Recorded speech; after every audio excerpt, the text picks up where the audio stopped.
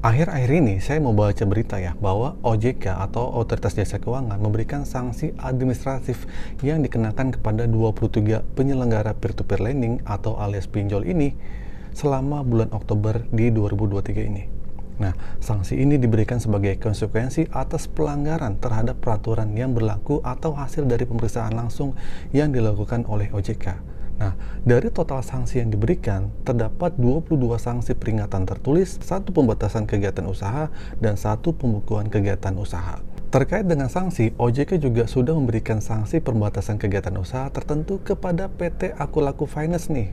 PT Aku Laku karena tidak melaksanakan tindakan pengawasan yang diminta oleh OJK untuk memperbaiki proses bisnis BNPL atau Buy Now Pay Later-nya. Dan juga OJK juga menekankan pentingnya melaksanakan proses bisnis pinjol tersebut sesuai dengan peraturan yang berlaku, katanya seperti itu, serta menerapkan prinsip-prinsip manajemen risiko dan tata kelola keuangan perusahaan yang baik. Ya pokoknya begitulah.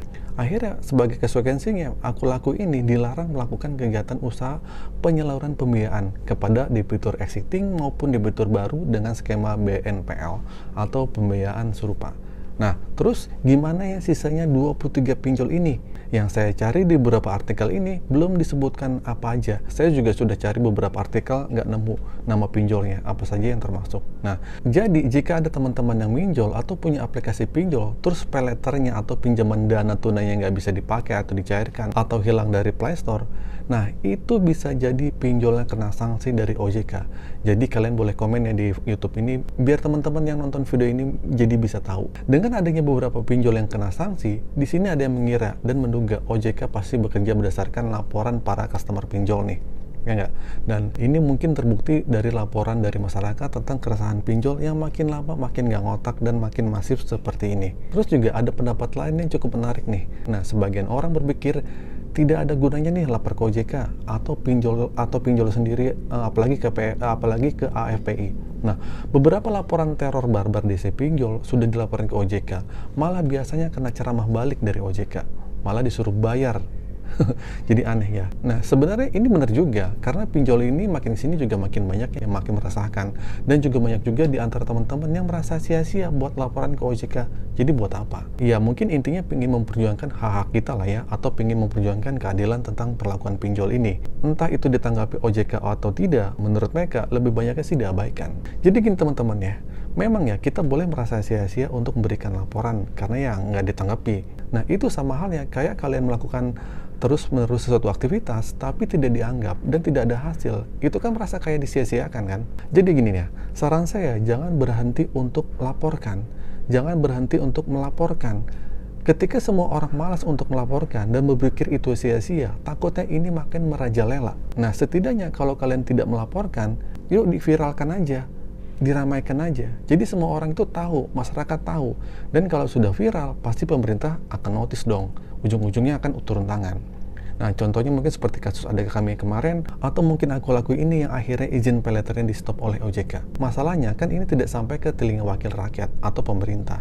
Nah, itu yang jadi masalah. Atau kita nggak tahu pinjol-pinjol ini punya kesepakatan apa sama pemerintah oleh OJK. Dan juga belum lagi kadang kalau ada semacam pelanggaran dari DC pinjolnya, apakah pinjol itu bisa cuci tangan atau bisa lepas tangan begitu saja?